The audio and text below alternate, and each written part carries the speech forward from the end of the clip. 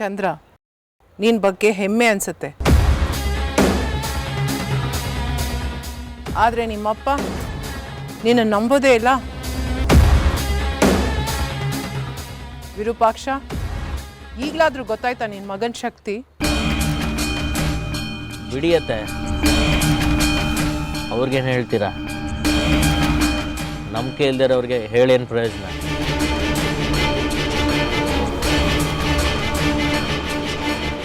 ಅವನ ವಿಷಯ ಬಿಡು ಚಂದ್ರ. ಕಲ್ತಿರೋ ವಿದ್ಯೆ ಎಲ್ಲ ಒಂದೊಂದಾಗಿ ಅವನ ಸಲುವಾಗಿ ಉಪಯೋಗಿಸ್ತಾ ಇದೆಯಲ್ಲ, ನಿನ್ನ ಶಕ್ತಿ ಕ್ಷೀಣಿಸೋದಿಲ್ವಾ? ನನ್ನ ಶಕ್ತಿ ಕ್ಷೀಣಿಸಬಾರ್ದು ಅಂದರೆ 4 ಕಾಳಮವಾಸೆ 4 ಶುದ್ಧ ಪೂರ್ಣಿಮೆ ಉಪವಾಸ ಇದ್ದು ನಿದ್ದೆಗೆಟ್ಟು ಸಾಧಿಸಬೇಕು. ಆದರೆ ಈಗಿನ ಪರಿಸ್ಥಿತಿಯಲ್ಲಿ ಅದು ಸಾಧ್ಯ ಇಲ್ಲ. ಕಷ್ಟ ಅಂತ ಕಲ್ತಿರೋ ವಿದ್ಯೆನ ನಷ್ಟ ಮಾಡ್ಕೋಬಾರ್ದಲ್ವಾ? ಇಲ್ಲಿರೋ ಸಮಸ್ಯೆ ಎಲ್ಲ ಮುಗ್ದೋಗ್ಲಿ ಅತ್ತೆ. ತಿರುಗಿ ನಾನು ವಾರಣಾಸಿಗೆ ಹೋಗಿ ಅಖಂಡ ತಪಸ್ಸಲ್ಲಿ ನಿರತನಾಗ್ತೇನೆ. ಭೇಷ್ ಮಗನೇ, ಭೇಷ್. ಯಾವಾಗ ಮಗ ತಂದೆಯನ್ನು ಮೀರಿಸೋ ಶಕ್ತಿವಂತನಾಗ್ತಾನೋ ಅದೇ ಆ ತಂದೆ ಗೆಲುವು. ಸಾಧಿಸು, ಬೇಕಾದಷ್ಟು ಸಾಧಿಸು. ಅದು ಅಲ್ಲದೆ ನಿನ್ನ ಶಕ್ತಿ ಮೇಲೆ ನಿನಗೆ ಅಪಾರವಾದ ಪ್ರೀತಿ ಇದೆ, ಗೌರವ ಇದೆ. ಸಾಧಿಸು ಮಗನೇ. ನನ್ನ ಆಶೀರ್ವಾದ ಸದಾಕಾಲ ನಿನ್ನ ಮೇಲೆ. ಆಶೀರ್ವಾದ ಕೇಳಿದ್ರಾತೆ? ತಮಾಷೆನ? ಆಶೀರ್ವಾದ ಮಾಡ್ತಾರಂತೆ. ಯಾಕೆ ಚಂದ್ರ, ಯಾಕೆ ಈ ವ್ಯಂಗ್ಯ? ಚಂದ್ರ, ಮಾತಿಗೆ ಮಾತು ಬೆಳೆಸಿದ್ರೆ ಅದು ಮುಗಿಯೋದಿಲ್ಲ. ನಿನ್ನ ಕೆಲಸ ನೀನು ಮಾಡು, ಬೇರೆಯವ್ರ ಬಗ್ಗೆ ತಲೆ ಕೆಡಿಸ್ಕೋಬೇಡ. ನೀನು ಜಾಜಿನ ಕರ್ಕೊಂಡು ಬರೋಕ್ಕೆ ಹೋಗಿದ್ಯಲ್ಲ, ಅಲ್ಲಿ ಏನಾಯ್ತು ಹೇಳು? ನಾನು ಹೋಗೋ ಮುಂಚೆನೆ ಸೂರ್ಯಾಂಶು ಬಂದು ಜಾಜಿ ಮತ್ತು ಬಂಗಾರಿ ಮೇಲೆ ವಶೀಕರಣ ಪ್ರಯೋಗ ಮಾಡಿದ್ದ.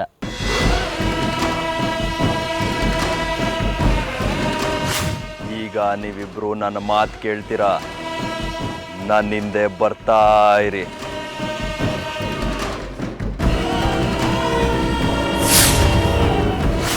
ಆದರೆ ಅವನ ವಶೀಕರಣಕ್ಕೆ ಬಂಗಾರಿ ಮಾತ್ರ ಒಳಗಾದ. ಜಾಜಿ ಮೇಲೆ ಯಾವುದೇ ಪರಿಣಾಮನೂ ಬೀರಲಿಲ್ಲ.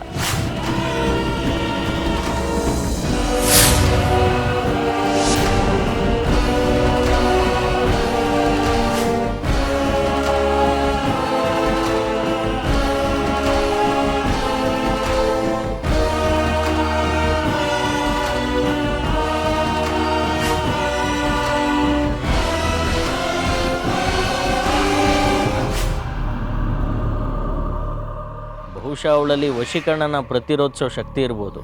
ಅವಳಲ್ಲಿ ಅಸಾಧಾರಣವಾದ ಮಾಯೆ ಇದೆ ಅಂತ ನನಗೆ ಗೊತ್ತು. ಅವಳು ಸಾಮಾನ್ಯಳಲ್ಲ. ಅವಳು ಹತ್ರ ಬರ್ತಾ ಇದ್ರೆ ಯಾವುದೋ ಒಂದು ಪ್ರಬಲವಾದ ಜ್ಯೋತಿ ಹತ್ರ ಬರ್ತಾ ಇದೆ ಅನ್ನೋ ಅನುಭವ ಆಗುತ್ತೆ.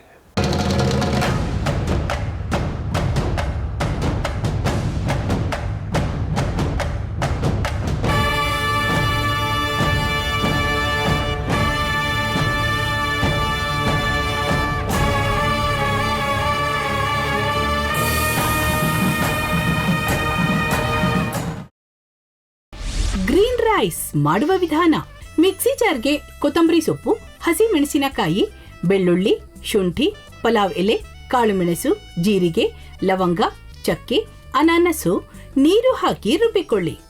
ಒಂದು ಪ್ಯಾನ್ಗೆ ಎಣ್ಣೆ ಹಾಕಿ ಅದು ಕಾದ ಮೇಲೆ ಜೀರಿಗೆ, ಈರುಳ್ಳಿ, ಕರಿಬೇವು ಹಾಕಿ ಹುರಿದು ರುಬ್ಬಿದ ಮಸಾಲ, ಉಪ್ಪು, ಅನ್ನ ಹಾಕಿ ಮಿಕ್ಸ್ ಮಾಡಿ. ಒಂದು ಚಿಕ್ಕ ಪ್ಯಾನ್ಗೆ ತುಪ್ಪ, ದ್ರಾಕ್ಷಿ, ಗೋಡಂಬಿ ಹಾಕಿ ಹುರಿದು ಕಲಸಿದರೆ ಗ್ರೀನ್ ರೈಸ್ ಸವಿಯಲು ಸಿದ್ಧ. ಅವಳು ಕೇಳೋ ಹಾಗಿದ್ದಿದ್ರೆ ಎಲ್ಲ ಯಾವತ್ತೋ ಸರಿ ಹೋಗ್ತಾ ಇತ್ತು.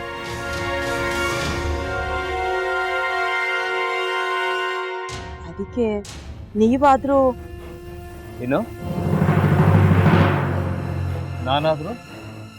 ನಾನಾದ್ರೂ ಏನತ್ತೆ? ಅವಳ ಹತ್ರ ಬಂದು ನೀನ್ ಸೋಲೋದ್ ಬೇಡ, ನಾನೇ ಸೋಲ್ತೀನಿ, ನೀನ್ ನಮ್ಮ ತಂದೆಗೆ ಅವಮಾನ ಮಾಡಿದ್ರು ಪರವಾಗಿಲ್ಲ, ದಯವಿಟ್ಟು ಮನೆಗೆ ಬಾ ಅಂತ ಬೇಡ್ಕೋಬೇಕಾ? ಹಾಗೆಲ್ಲ ಅಳಿ ಅಂದ್ರೆ ಸಂಸಾರ ಅಂದಮೇಲೆ ಇಂಥದೆಲ್ಲ ಏನಾದ್ರೂ ಒಂದು ಇದ್ದೇ ಇರುತ್ತೆ. ಹೋರಾಟ ಮಾಡಿದ್ಲು.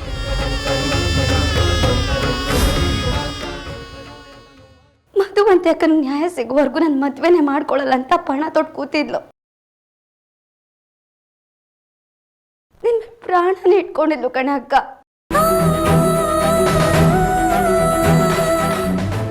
ಅವಳು ಮೈ ಮೇಲೆ ನೀನು ಸೇರ್ಕೊಂಡು ಅವಳ ಸಂಸಾರನ ಹಾಳು ಮಾಡ್ತಿದ್ಯಲ್ಲೇ.